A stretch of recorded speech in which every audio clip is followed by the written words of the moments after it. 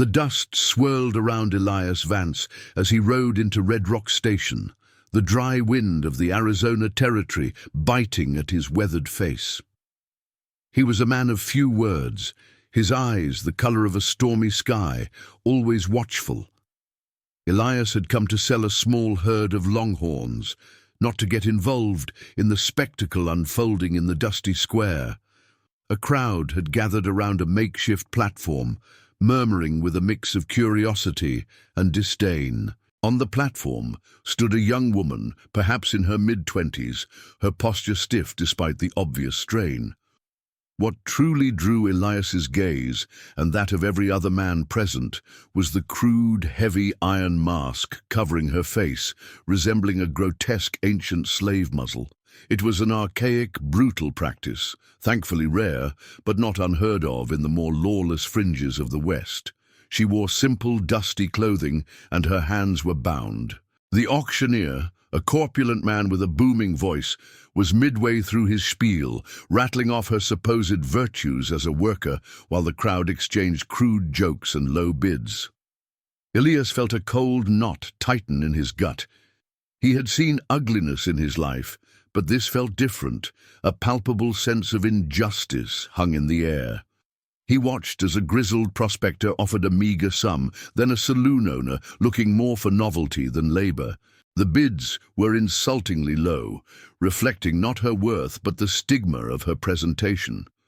Suddenly, Elias, without fully understanding why, raised his hand. $50, he said, his voice quiet but clear, cutting through the din. A hush fell over the crowd. $50 was a significant sum for a slave at such an auction. The auctioneer, surprised, stammered, "Going once, going twice, sold to the quiet cowboy." Elias walked forward, the stares of the crowd following him. He paid the auctioneer, his gaze never leaving the masked woman. As the chains were removed, she stumbled slightly. He offered her his arm, and though she didn't take it, she steadied herself. Her eyes, visible through the slits of the mask, held a mixture of fear and defiance. "Who are you?" she asked, her voice muffled but firm. "Elias Vance," he replied, his voice low. "And you?" "Sarah," she said, her head held high despite the mask. "And why did you buy me?" "No one deserves to be paraded like this," he stated simply, looking past her directly at the auctioneer, whose face had gone pale. Elias then turned back to Sarah. "I'm heading back to my ranch. You can come, or you can go. You're free." The crowd buzzed with renewed whispers. Free after paying $50. Sarah looked at him, her masked face unreadable, but her eyes conveyed a flicker of something he couldn't quite decipher. "I'll go with you," she said, her voice barely a whisper, yet resolute, if you'll help me with this." She gestured to the mask. Elias nodded, his expression unwavering. "Of course." The journey from Red Rock Station to Elias's modest ranch was long and silent. Sarah rode alongside him on an extra horse he had, the mask a constant, unsettling presence. The desert sun beat down mercilessly, and the only sounds were the creak of leather and the steady thud of hooves. Elias offered her water and jerky, which she accepted with a quiet nod. He didn't press her for information, respecting her silence, sensing that her story was not one to be rushed. As the sun began to set, painting the sky in fiery hues, they made camp near a small, trickling stream.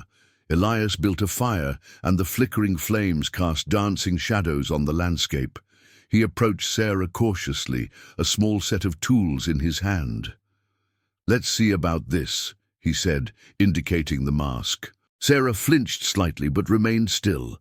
The mask was crudely fashioned, held in place by a series of rusty clasps and a locked strap around her neck.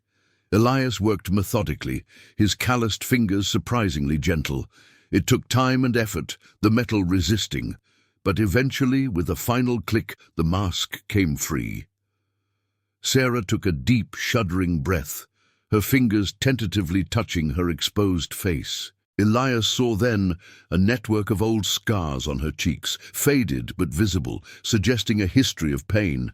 Her eyes, no longer obscured, were a striking blue, filled with a deep, weary intelligence. "Thank you," she whispered, her voice clearer now, though still hoarse. She looked directly at him, and for the first time a flicker of something other than fear or defiance crossed her face. A fragile gratitude. "You're welcome, Sarah," he replied, his gaze steady.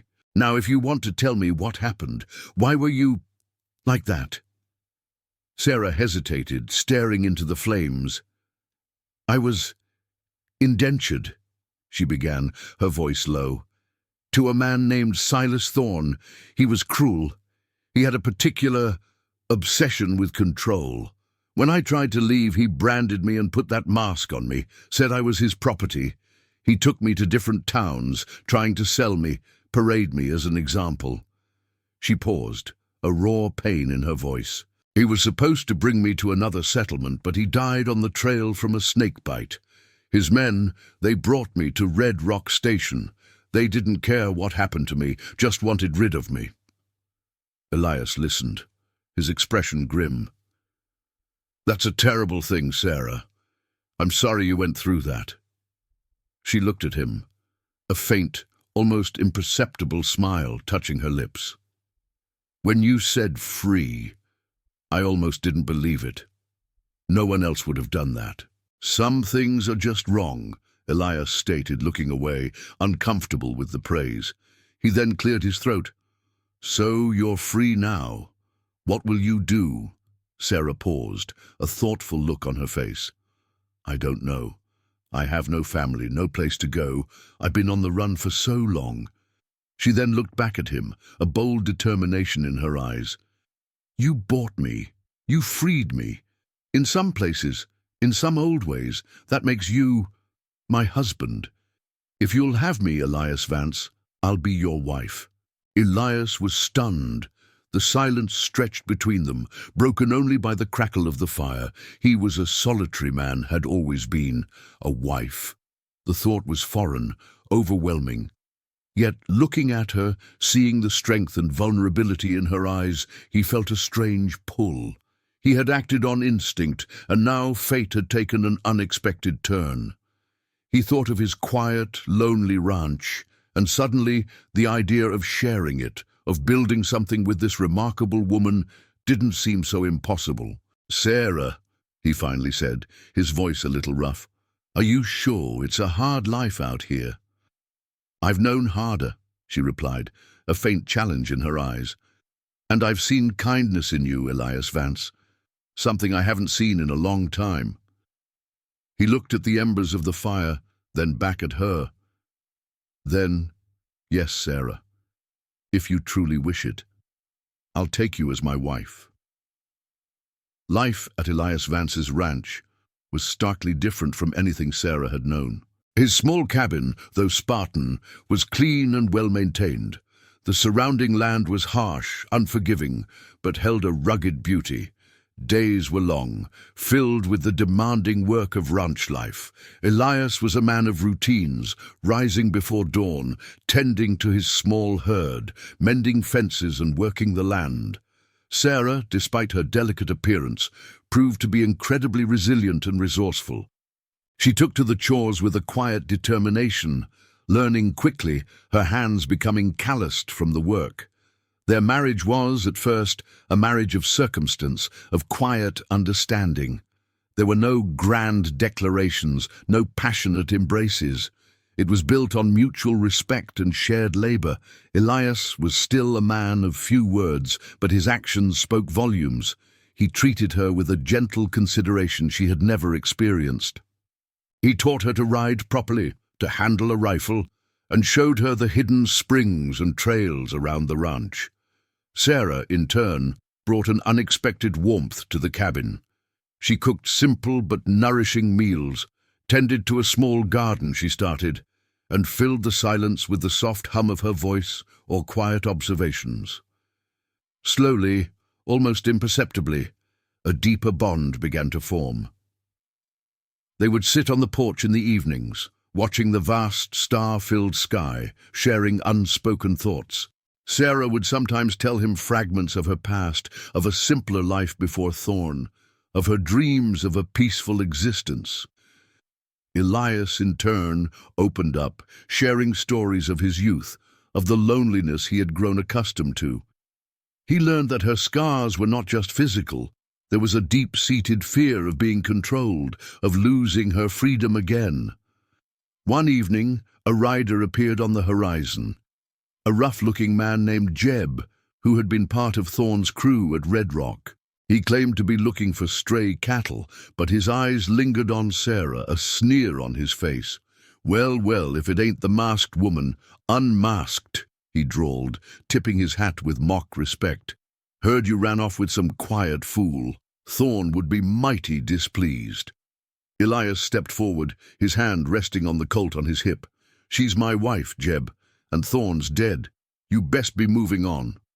Jeb scoffed, but the cold glint in Elias's eyes made him hesitate. "Just thought I'd check on old property, that's all." He spat on the ground, then turned his horse and rode off, leaving a trail of dust and an unsettling feeling in their wake. Sarah gripped Elias's arm, her face pale. "He knows, Elias. They might come back for me." "Let them," Elias said, his voice hard. "They'll have to go through me." His resolve, calm and unwavering, was a comfort to Sarah. But the encounter was a stark reminder that their new life, however peaceful, was still vulnerable to the shadows of her past. The threat of Thorn's surviving associates, or anyone else who might recognize her from those dark days, lingered like a storm on the distant horizon. Weeks turned into months, and life on the ranch settled into a rhythm. Sarah found solace in the daily tasks, in the quiet companionship of Elias, and in the growing sense of belonging. The scars on her face began to fade further, both physically and emotionally, as she truly started to heal. She even found herself smiling more often, a genuine, unburdened smile that made Elias's stoic heart feel a warmth he hadn't known possible. However, the peace was shattered one scorching afternoon. Elias was out checking fences, and Sarah was tending her small garden when she heard the thundering of hooves. 3 men rode into the yard, kicking up a cloud of dust. It was Jeb, along with 2 other men, even more rough-hewn and menacing than he was, their eyes, hungry and predatory, fixed on Sarah. "Well, look what we found, boys," Jeb snarled, dismounting. "Thorn's little runaway. Looks like she found herself a new owner." Sarah backed away, her hand instinctively reaching for the old rifle Elias kept by the door. "You have no claim on me. I'm a free woman." "Free?"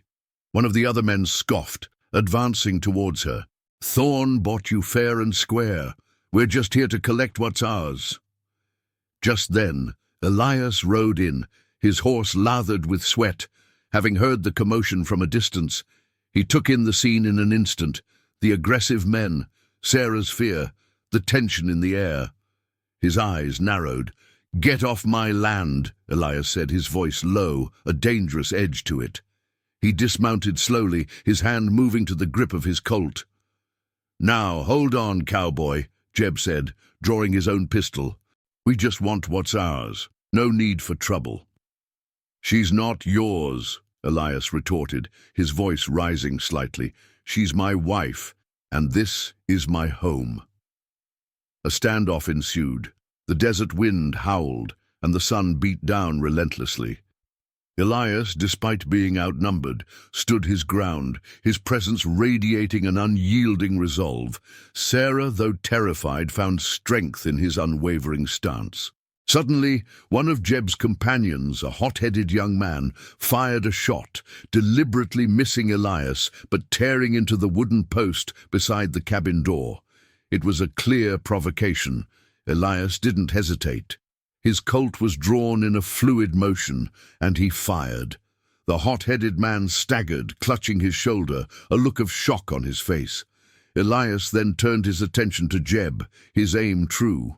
Jeb, seeing his companion wounded and facing Elias's grim determination, hesitated. He had underestimated the quiet cowboy. The third man, seeing the tide turning, quickly mounted his horse and fled. "This ain't over, Vance!" Jeb yelled, grabbing his wounded partner and dragging him onto his horse. "We'll be back!" They rode off in a cloud of dust, leaving Elias and Sarah standing alone in the quiet aftermath. Sarah rushed to Elias, her hands trembling. "Are you hurt?" "No," he said, his eyes still scanning the horizon. "They won't be back, not like this." He looked at her, his stern expression softening slightly. "You were brave, Sarah." She leaned into him, the adrenaline slowly receding. The threat was real, but so was their shared resolve. They had faced it together, and it had only solidified their bond. This quiet cowboy, who had bought her freedom and offered her his name, was now truly her protector, and she, in turn, was his steadfast partner. The West was a dangerous place, but with each other they felt a strength they hadn't known alone. The confrontation with Jeb and his men, while terrifying, solidified the foundation of Elias and Sarah's marriage. It was no longer just a practical arrangement. It was a partnership forged in adversity, strengthened by mutual trust and unwavering loyalty. They both understood that their life on the ranch, though isolated, was their sanctuary, and they would defend it and each other at all costs. News traveled slowly in the vast expanse of the West, but word of the quiet cowboy who put down Thorne's men eventually reached the distant settlements. Most people in the remote territories had no love for Thorne or his brutal practices, and Elias's actions, while not heroic in his own mind, were seen by many as a quiet act of justice. This gave them a measure of peace, as the likelihood of further direct threats from Thorne's remaining associates diminished. Life resumed its steady rhythm. Sarah continued to transform the small ranch, adding touches of home that made it feel less like a solitary outpost and more like a true haven. She started a small flock of chickens, cultivated a larger vegetable patch, and even managed to coax some wild roses to bloom around the cabin door. Elias, though still a man of few words, found himself sharing more with Sarah, confiding his thoughts about the land, the weather, and his quiet hopes for their future. Their evenings on the porch, once silent, were now often filled with hushed conversations, planning and dreaming. Sarah, too, felt a profound shift. The mask, once a symbol of her subjugation, became a distant, fading memory. She no longer flinched at sudden movements or loud noises. The fear that had once shadowed her every step was slowly replaced by a quiet confidence. She had found not just a home, but a partner who saw her worth, not her past. She learned to ride with skill, to shoot with accuracy, and to manage the ranch's affairs when Elias was away. She was no longer just the woman bought at an auction. She was Sarah Vance, a strong, resilient woman of the West. One crisp autumn morning, as the sun painted the vast sky in hues of orange and gold, Elias and Sarah stood together, looking out over their land. The cattle grazed peacefully, the wind whispered through the tall grasses, and the scent of sage filled the air. There were still challenges, droughts, harsh winters, the ever-present demands of the land, but they faced them together. Sarah reached for Elias's hand, her fingers intertwining with his. "We built this, Elias," she said softly, her voice filled with a quiet pride. Elias squeezed her hand, a rare, gentle smile touching his lips. "We did, Sarah, and we'll keep building." Their story was not one of grand adventures or mythical feats. It was a story of human resilience, of finding freedom in the most unlikely of circumstances, and of building a life out of kindness, courage, and a quiet, enduring love in the harsh, beautiful landscape of the American West. The past would always be a part of them, but it no longer defined them. They looked towards the horizon, not with fear, but with a quiet, unwavering hope for the future they were forging together.